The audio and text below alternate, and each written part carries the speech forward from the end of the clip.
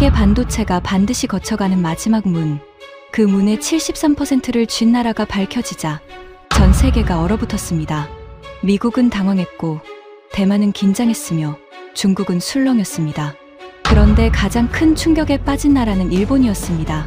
정밀 가공은 일본의 혼이라 믿어온 그들에게 그 문을 쥔 곳이 한국 부산의 단돈 200만 원으로 시작한 비닐봉투 공장이었으니까요.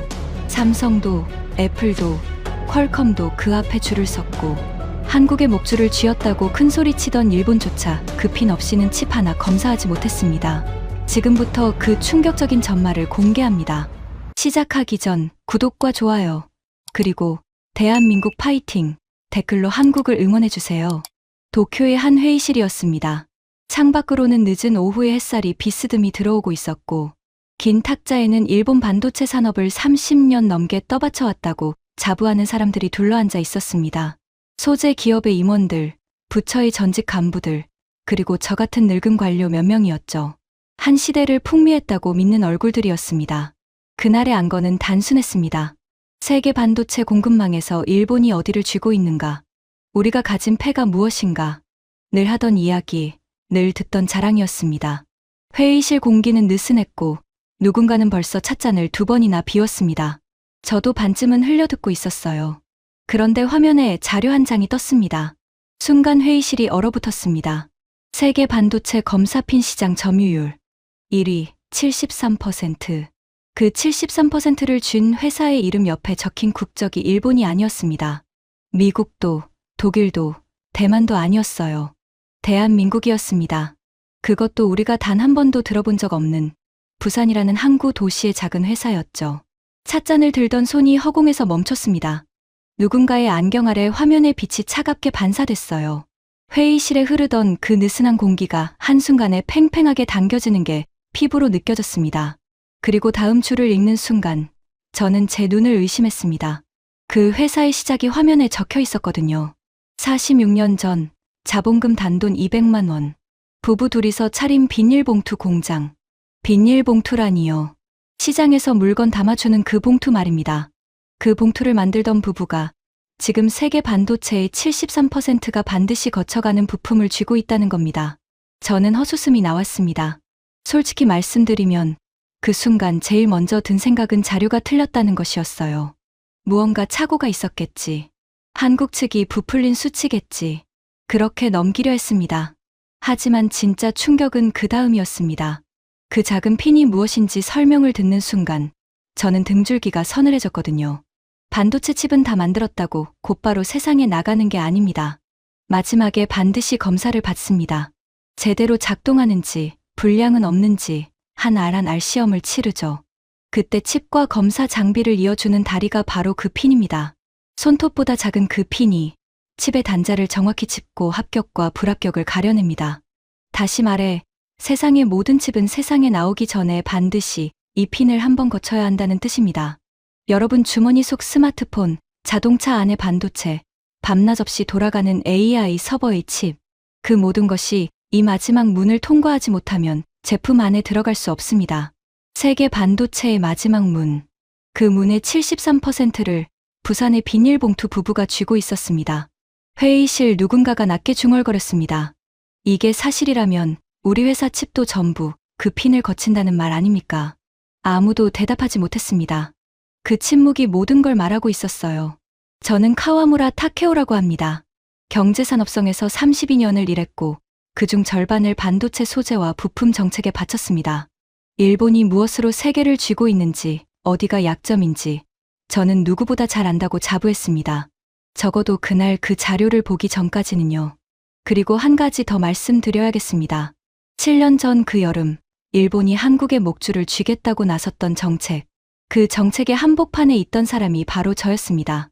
지금부터 들려드릴 이야기는 한국을 무릎 꿇리겠다고 큰소리치던 우리가 어떻게 그 부부의 손바닥 위에 있었는지를 뒤늦게 깨달아가는 이야기입니다. 부끄럽지만 끝까지 들어주셨으면 합니다. 시작하기 전에 1초면 누를 수 있는 구독 버튼 한번 눌러주시면 큰 힘이 됩니다. 그날 회의실에서 누군가 손바닥으로 탁자를 탁 쳤습니다. 탁하기 신타로였습니다.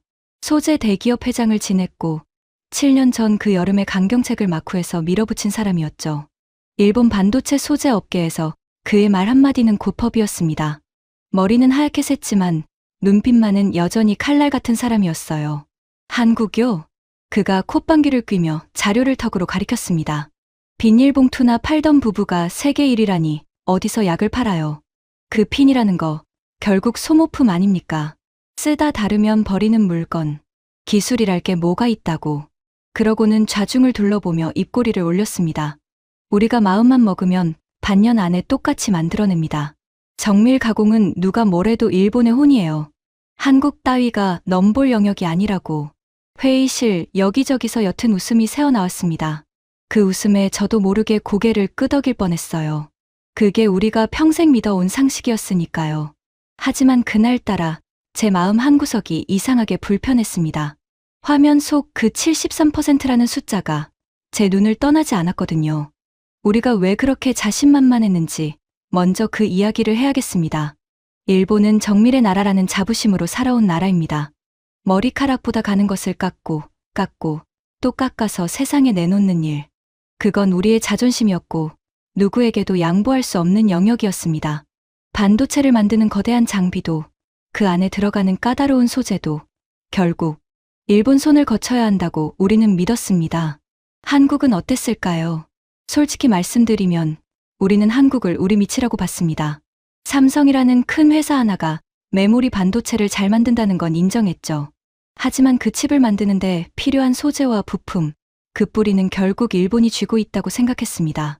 한국은 우리가 키워준 시장이고 우리 없이는 하루도 못 버틴다고 믿었어요.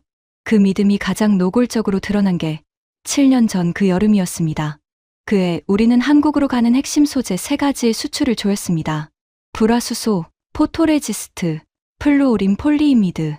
이름은 낯설어도 반도체를 만들 때 단 하나라도 빠지면 공장이 멈추는 것들입니다.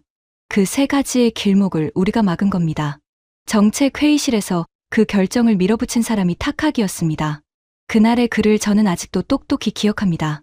그는 자리에서 일어나 마치 승부가 이미 끝났다는 듯이 웃으며 말했어요. 한국 반도체는 우리 손바닥 안에 있습니다. 밸브를 조금만 잠가도 비명을 지를 겁니다. 누군가 조심스럽게 물었습니다. 한국이 자체 개발로 대응하면 어떻게 됩니까? 타카기는 코웃음을 쳤습니다. 그 웃음소리가 회의실 천장에 차갑게 울렸어요. 개발요? 우리가 수십 년 걸려 쌓은 걸 한국이 어떻게 따라옵니까? 길어야 반년이에요. 반년 안에 한국 대기업 회장이 도쿄로 비행기 타고 날아와서 머리를 숙일 겁니다. 그때 조건을 받아 내면 됩니다. 그리고 그는 한마디를 덧붙였습니다. 지금 떠올려도 낯이 뜨거워지는 말이었습니다. 이참에 버릇을 고쳐놔야 해요. 누구 덕에 먹고 사는지 똑똑히 알게 해줘야지. 저는 그때 그 말에 반대하지 않았습니다. 그게 제 부끄러움입니다. 저 역시 한국이 곧 무릎을 꿇으리라 믿었거든요. 자료를 만들고 명분을 다듬고 우리는 그 칼을 갈았습니다. 그런데 여러분, 반년이 지나도 한국은 무릎을 꿇지 않았습니다. 오히려 정반대였어요. 한국 기업들은 그 3가지 소재를 스스로 만들어 내기 시작했습니다. 처음엔 흉내에 불과하다고 비웃었죠. 하지만 그들은 밤낮 없이 매달렸고 우리가 반년이면 끝난다던 그 일을 그리 길지 않은 시간 안에 자기들 손으로 해냈습니다. 국산화. 그 단어가 한국 신문 일면을 채우기 시작했습니다. 그리고 그 다음에 벌어진 일이 우리를 진짜로 당황하게 했습니다. 소재를 팔지 못하게 된 건 한국이 아니라 일본 기업들이었습니다. 우리가 막은 그 길목으로 한국은 더 이상 우리에게 주문을 넣지 않았으니까요. 한국의 소재를 팔던 일본 회사들의 매출이 무너지기 시작했습니다. 칼을 휘둘렀는데 그 칼에 베인 게 우리 손이었던 겁니다. 저는 그 보고서를 책상에서 받아들고 한참을 멍하니 앉아 있었습니다. 창밖에서 매미가 시끄럽게 울던 게 기억납니다. 머릿속에서 무언가가 어긋나는 소리가 들리는 것 같았어요. 타카기에게 그 보고를 가져갔을 때 그는 서류를 대충 넘겨보더니 던지듯 책상에 내려놨습니다. 운이 좋았던 거예요. 일시적인 현상입니다. 한국이 무슨 기초 체력이 있다고 곧 제자리로 돌아옵니다. 그는 끝까지 인정하지 않았습니다. 자기가 틀렸다는 걸 받아들이느니 세상이 잠깐 어떻게 됐다고 믿는 쪽을 택한 사람이었어요.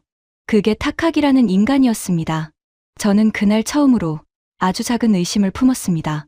혹시 우리가 한국을 한참 잘못 보고 있었던 건 아닐까? 그 의심을 저는 한동안 가슴 깊이 묻어두었습니다. 인정하고 싶지 않았으니까요.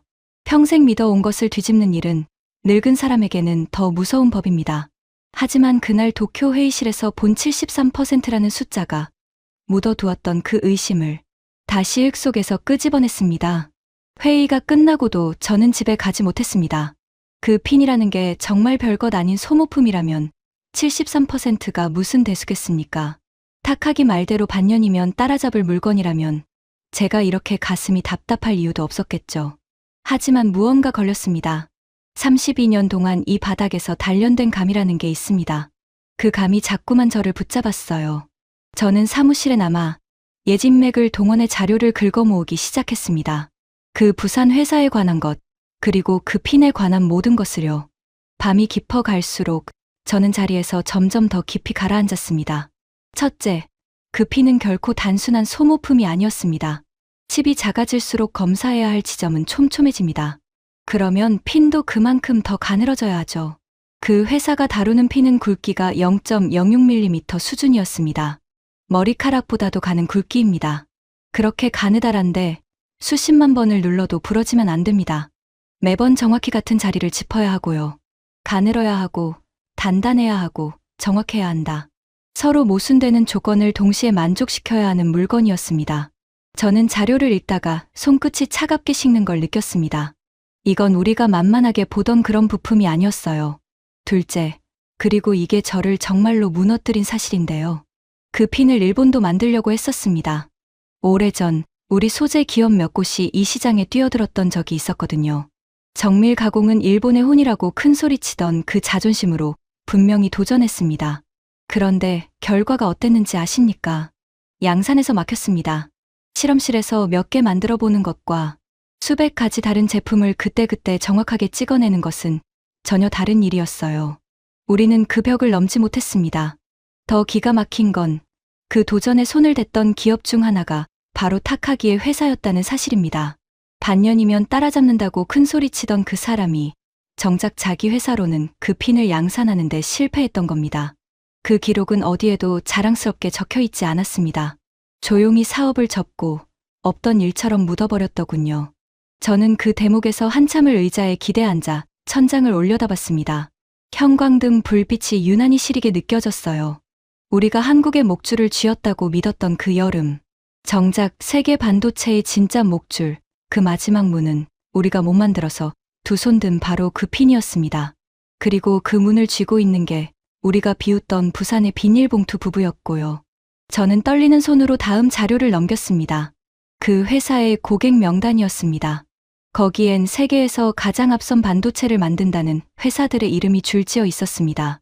삼성도, 애플도, 퀄컴도 그 명단에 있었어요.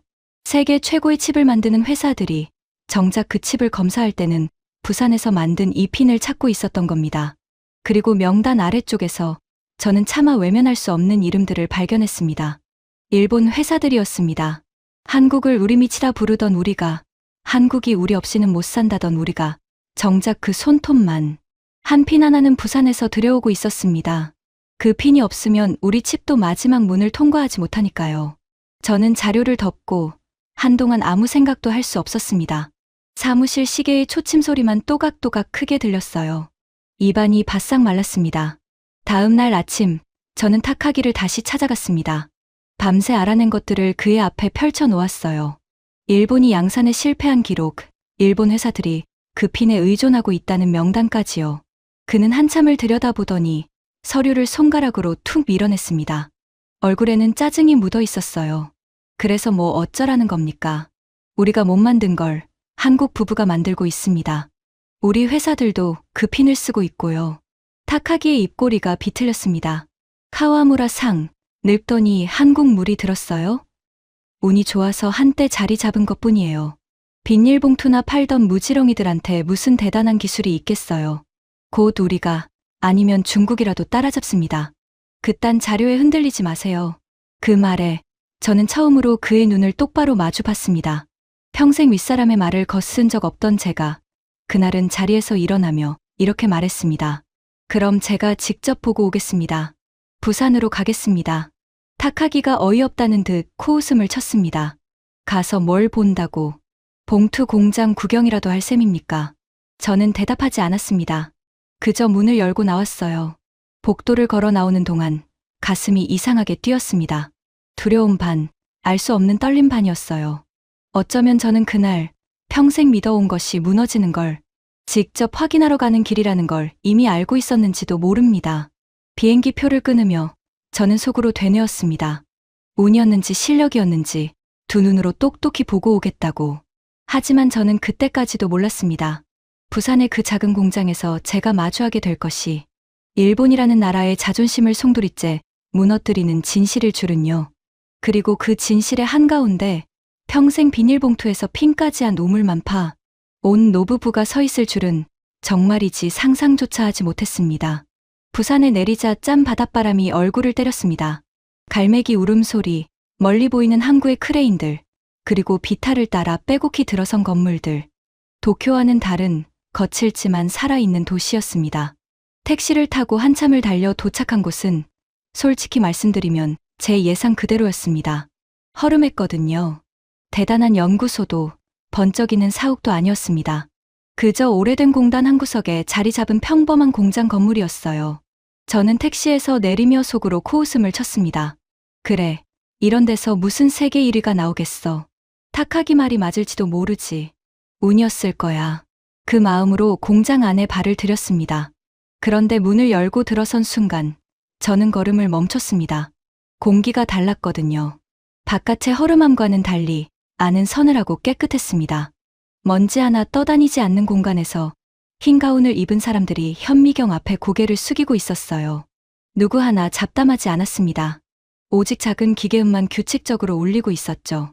저를 안내한 사람은 40쯤 되어 보이는 한국인 엔지니어였습니다. 그는 정중하게 고개를 숙이더니 현미경 하나로 저를 이끌었습니다. 직접 보시는 게 빠를 겁니다. 저는 저발렌즈에 눈을 댔습니다. 그리고 숨이 멎었습니다.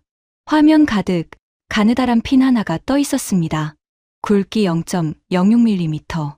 머리카락보다도 가는 그것이 마치 자로 잰 듯 완벽한 형태를 하고 있었어요. 끝은 칼처럼 정교했고 표면은 거울처럼 매끈했습니다. 저는 손이 떨리는 걸 느꼈습니다. 이게 어떤 의미인지 저는 누구보다 잘 알았으니까요. 이만큼 가느다란 핀을 수십만 번을 눌러도 부러지지 않게 매번 정확히 같은 자리를 짚도록 만든다는 것. 그건 우리 일본 기업들이 도전했다가 두 손 들고 물러난 바로 그 벽이었습니다. 이걸 한 달에 몇 개나 만듭니까? 제 목소리가 저도 모르게 갈라졌습니다. 엔지니어는 담담하게 대답했습니다. 개수가 중요한 게 아닙니다. 고객마다 칩이 다르니까요. 핀도 매번 다르게 만듭니다. 수백 가지를 동시에요. 저는 저발렌즈에서 눈을 뗐습니다. 형광등 불빛이 유난히 시리게 느껴졌어요. 입안이 바싹 말랐습니다. 수백 가지를 동시에, 그것도 이 정밀도로. 저는 그 순간 깨달았습니다. 제가 비웃으러 온 이 공장이 우리가 평생 자랑하던 정밀의 영역에서 우리를 한참 앞서 있다는 걸요. 하지만 그날의 충격은 이제 막 시작이었을 뿐입니다. 저는 도무지 이해가 가지 않았습니다. 일본 공장이라면 한 가지 제품을 정해 그것을 똑같이 대량으로 찍어냅니다. 그게 우리가 믿는 효율이었죠. 그런데 이 회사는 정반대였습니다. 고객이 새 칩을 가져오면 그 칩에 딱 맞는 핀을 그때그때 새로 설계해 만들어줬습니다. 엔지니어는 그걸 이렇게 표현했습니다. 저희는 기성복 공장이 아니라 맞춤 양복점에 가깝습니다. 맞춤 양복점. 저는 그 말을 곱씹었습니다.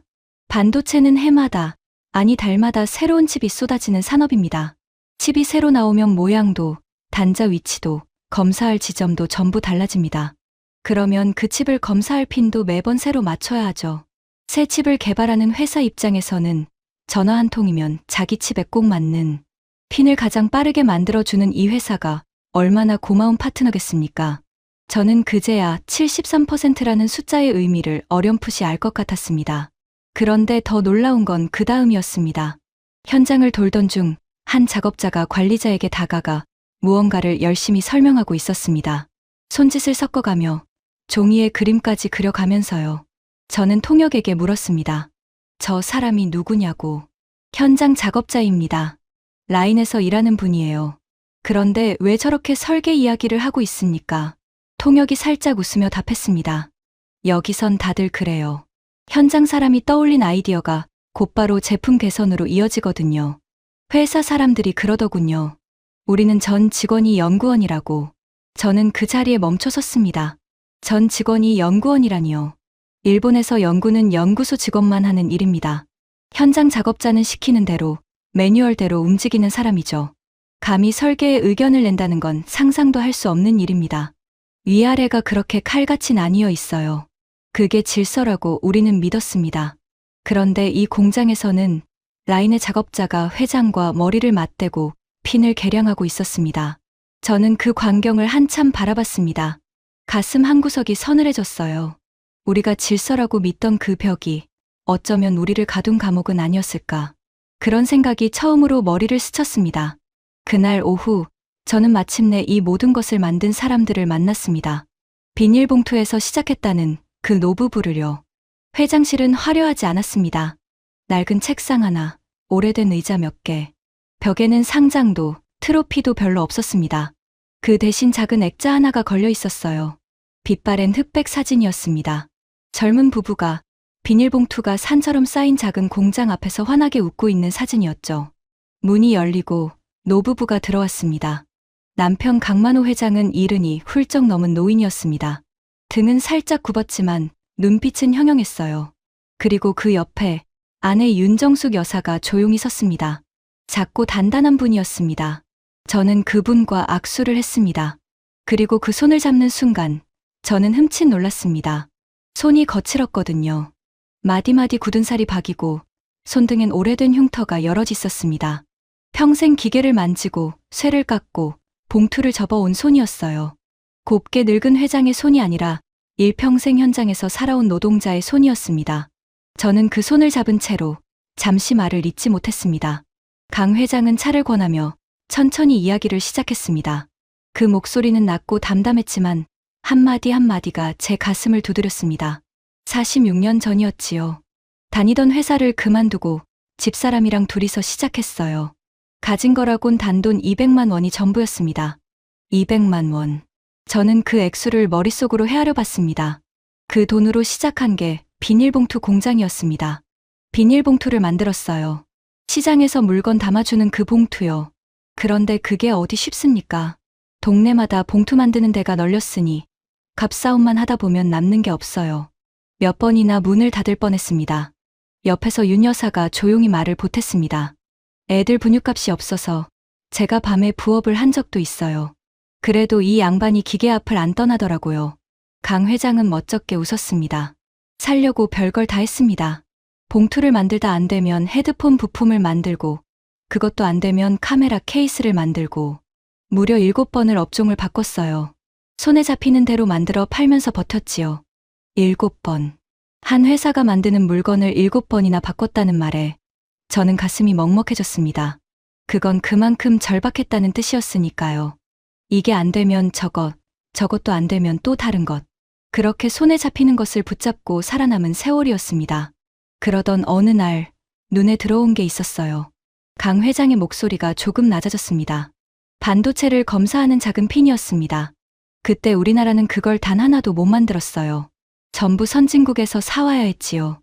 일본에서도 사오고 미국에서도 사오고 다들 돈 되는 큰 부품에만 매달릴 때 나는 거꾸로 갔습니다. 가장 작고 가장 까다롭고 아무도 거들떠보지 않던 그 핀을 우리 손으로 만들겠다고요. 왜 하필 그걸 골랐습니까? 제가 물었습니다. 강 회장은 한참을 창밖을 바라봤습니다. 그러고는 천천히 입을 열었어요. 남들이 안 하는 거니까요. 남들 다 하는 건 우리 같은 작은 회사가 끼어들 자리가 없어요. 그런데 아무도 못하는 거라면 그건 우리 자리가 될 수 있지 않습니까? 저는 그 말에 망치로 머리를 한 대 맞은 것 같았습니다. 우리 일본은 늘 안전한 길을 갔습니다. 확실하고 검증되고 실패가 적은 길을요. 그런데 이 노인은 단돈 200만 원으로 시작한 비닐봉투 장수는 아무도 못하는 가장 어려운 길을 택했던 겁니다. 처음 몇 년은 정말 죽을 맛이었어요. 윤 여사가 조용히 말했습니다. 핀이 자꾸 부러졌거든요. 만들면 부러지고 만들면 또 부러지고 빚은 늘어가는데 제품은 안 나오니까 이 양반이 밤마다 작업장에 혼자 앉아 있었어요. 한 번은 제가 새벽에 나가 봤더니 부러진 핀 무더기를 앞에 두고 멍하니 앉아 있더라고요. 그날 밤 이야기를 하며 윤 여사의 눈가가 촉촉해졌습니다. 제가 그랬어요. 여보, 그만하자고. 우리 그냥 봉투나 만들면서 살자고. 그랬더니 이 양반이 뭐라는 줄 아세요? 저는 침을 삼켰습니다. 여기서 멈추면 우리나라는 이걸 영영 일본한테 사다 써야 한다고 그러더라고요. 순간 저는 숨이 턱 막혔습니다. 우리한테서 영영 사다 써야 한다고. 우리 일본에게서요. 그 한마디 때문에 이 노부부는 부러진 핀 앞에서도 포기하지 않았던 겁니다. 저는 차마 고개를 들 수가 없었습니다. 찻잔을 쥔 손이 떨렸어요. 비웃으러온 제가 어느새 가슴이 뜨거워지고 눈시울이 시큰해지는 걸 느꼈습니다. 이건 운이 아니었습니다. 이건 한 사람이 평생을 걸어 만든 기적이었습니다. 저는 떨리는 마음을 누르고 마지막으로 확인하고 싶은 게 있었습니다. 이 핀을 정말 누가 사가는지였습니다. 강 회장은 빙긋 웃더니 고객 명단을 보여주었습니다. 그리고 그 명단을 보는 순간 저는 의자에서 몸을 일으킬 뻔했습니다. 삼성이 있었습니다. 애플이 있었습니다. 퀄컴이 있었어요. 세계에서 가장 앞선 반도체를 만든다는 회사들이 정작 그 칩을 검사할 때는 부산에서 만든 이 핀을 찾고 있었던 겁니다. 그들 모두가 이 작은 공장 앞에 줄을 서 있었어요. 하지만 저를 진짜로 무너뜨린 건 명단의 다른 칸이었습니다. 거기엔 일본 회사들의 이름이 있었습니다. 저는 그 이름들을 한참 노려봤습니다. 가슴이 쿵 내려앉았어요. 한국을 우리 밑이라 부르던 우리가, 한국은 우리 없이 못 산다던 우리가 정작 그 손톱만 한 핀 하나는 부산에서 들여오고 있었습니다. 우리 칩도 이 마지막 문을 통과하지 못하면 세상에 나갈 수 없었으니까요. 그 순간 7년 전 그 여름이 머릿속에 떠올랐습니다. 우리가 한국의 목줄을 쥐겠다고 소재 3가지를 틀어막던 그때, 타카기가 반년이면 한국이 무릎을 꿇는다고 큰 소리치던 그때, 우리는 한국의 목을 조른다고 믿었습니다. 그런데 진실은 정반대였어요. 세계 반도체의 진짜 목줄, 그 마지막 문은 우리가 못 만들어서 두 손 든 이 핀이었습니다. 그리고 그 문을 쥔 건 우리가 비웃던 부산의 비닐봉투 부부였습니다. 우리는 한국의 손바닥 위에 있었던 겁니다. 그것도 7년 내내요. 저는 그 자리에서 도쿄로 전화를 걸었습니다. 타카기에게요. 떨리는 목소리로 제가 본 것을 그대로 전했습니다. 일본 회사들도 이 핀을 쓰고 있다고. 우리가 못 만든 걸 이 부부가 만들고 있다고요. 수화기 너머에서 타카기의 비웃음이 들려왔습니다. 카와무라 상, 그러게 가지 말라니까. 한국 사람들한테 홀딱 넘어갔구먼. 그게 다 장사 속이에요. 운 좋게 자리 하나 차지한 것뿐인데 거기다 무슨 의미를 붙입니까? 비닐봉투나 팔던 무지렁이들한테. 무지렁이라고요? 저도 모르게 목소리를 높였습니다. 우리가 못 만든 걸 만든 사람들입니다.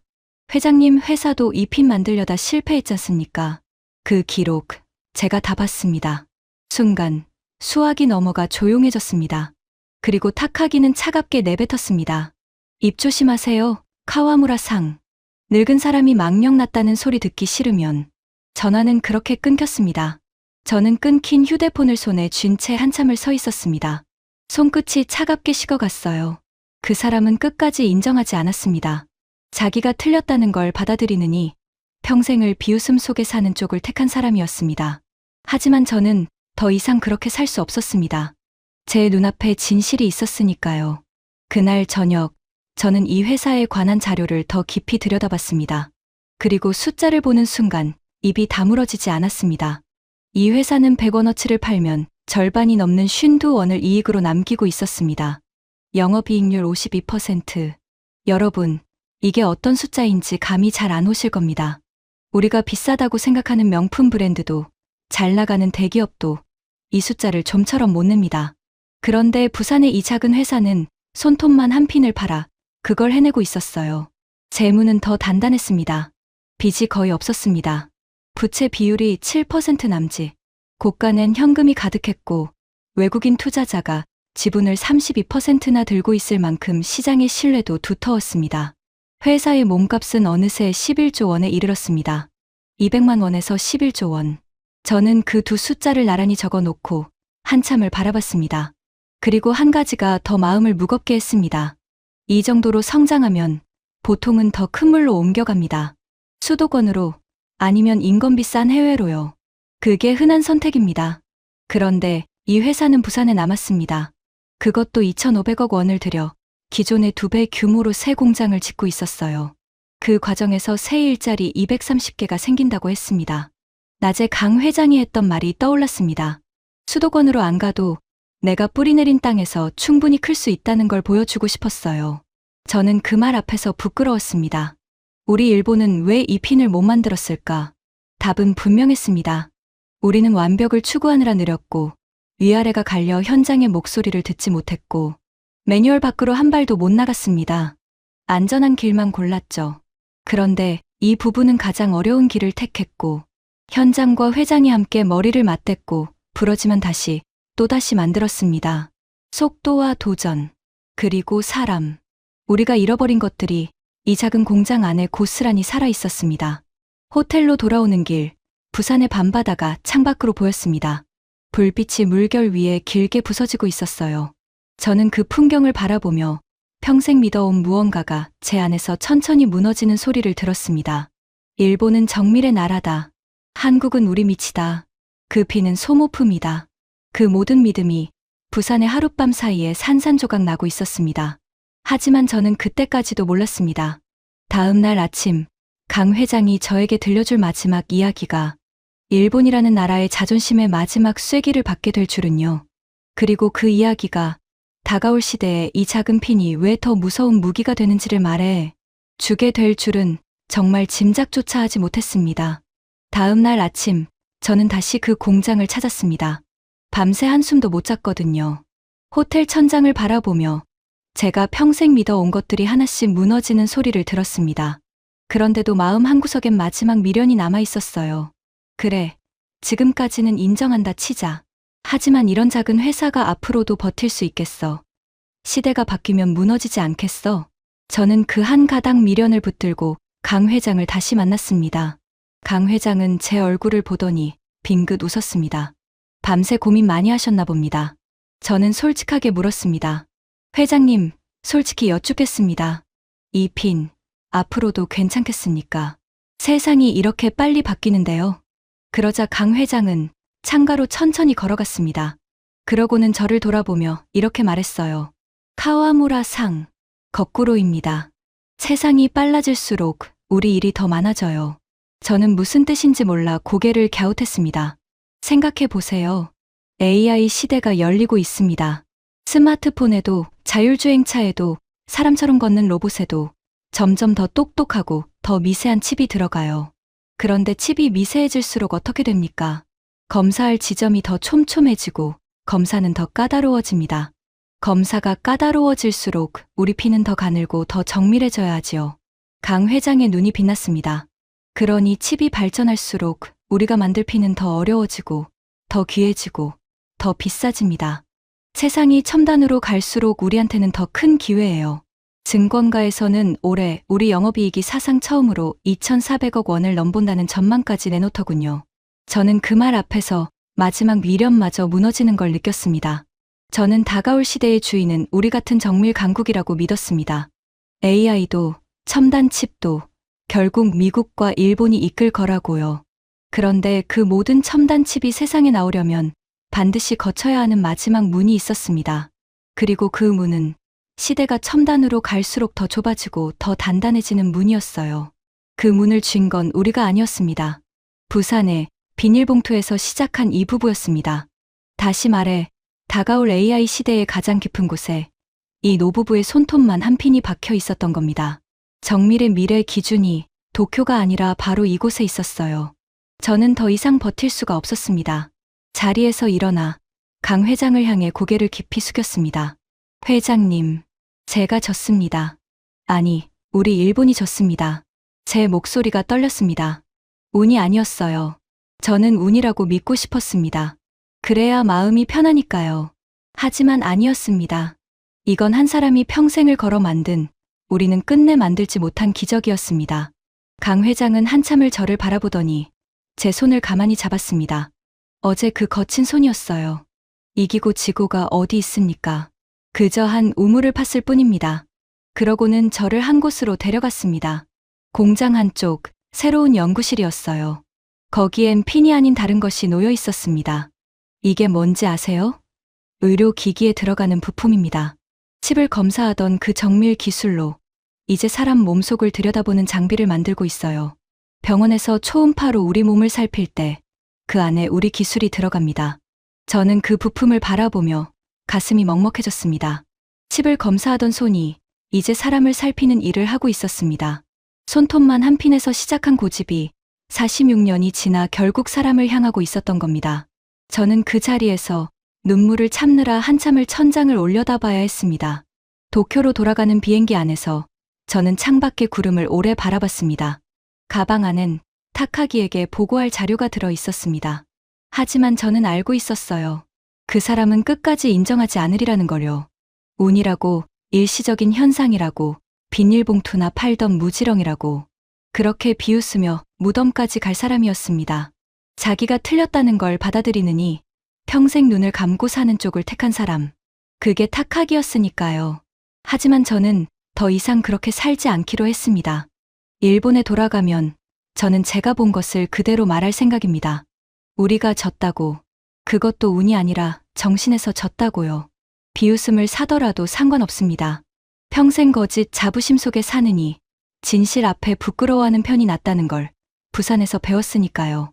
저는 그 작은 공장에서 우리가 잃어버린 것들을 보았습니다. 남들이 안 가는 가장 어려운 길을 택하는 용기, 현장의 작업자와 회장이 함께 머리를 맞대는 문화, 부러지면 다시 또다시 만드는 끈기, 더 큰 물로 떠날 수 있을 때도 자기 땅에 남는 뚝심, 그리고 곳간을 채우고도 그 성과를 직원과 함께 나누는 마음. 우리 일본이 어느새 잊어버린 그 모든 것이 부산의 그 작은 공장 안에 고스란히 살아 있었습니다. 저는 비행기 좌석에 기대어 강 회장의 마지막 말을 떠올렸습니다. 이기고 지고가 어디 있느냐고. 그저 한 우물을 팠을 뿐이라고. 여러분, 생각해보면 이건 단순한 기업 이야기가 아닙니다. 거대한 재벌도 나라가 총력을 기울여 밀어준 회사도 아니었어요. 공고를 나온 한 청년과 그의 아내가 단돈 200만 원으로 부산 한 구석에서 손톱만 한 핀 하나에 평생을 걸어 세계의 마지막 문을 쥔 이야기입니다. 저는 이제 압니다. 어디서 시작했느냐는 중요하지 않습니다. 비닐봉투에서 시작했든 동네 하청 공장에서 시작했든 그건 아무 상관이 없어요. 정말 중요한 건 한 가지를 끝까지 붙을 수 있느냐입니다. 그 작은 차이가 결국 사람을 전혀 다른 곳으로 데려다 놓습니다. 비닐봉투에서 세계 반도체의 마지막 문까지요. 그 부분은 그걸 증명하는데 46년이 걸렸을 뿐입니다. 비행기가 도쿄에 가까워질 무렵 저는 창밖으로 멀어지는 한반도의 해안선을 오래 바라봤습니다. 우리가 그토록 우습게 보던 그 땅이 사실은 우리가 끝내 넘지 못한 벽을 품고 있었다는 걸 이제는 압니다. 지금까지 일본 경제산업성의 한 관료가 부산에서 마주한 충격적인 이야기였습니다. 비닐봉투에서 시작해 세계 반도체의 마지막 문을 쥔 그 부부처럼 우리 곁에도 묵묵히 한 우물을 파는 분들이 있습니다. 어디서 시작했느냐보다 끝까지 붙드는 마음이 사람을 전혀 다른 곳으로 데려갑니다. 이 이야기가 자랑스러우셨다면 가족과 친구에게 널리 공유해주세요. 구독과 좋아요도 부탁드립니다. 지금까지 감독날다였습니다. 감사합니다.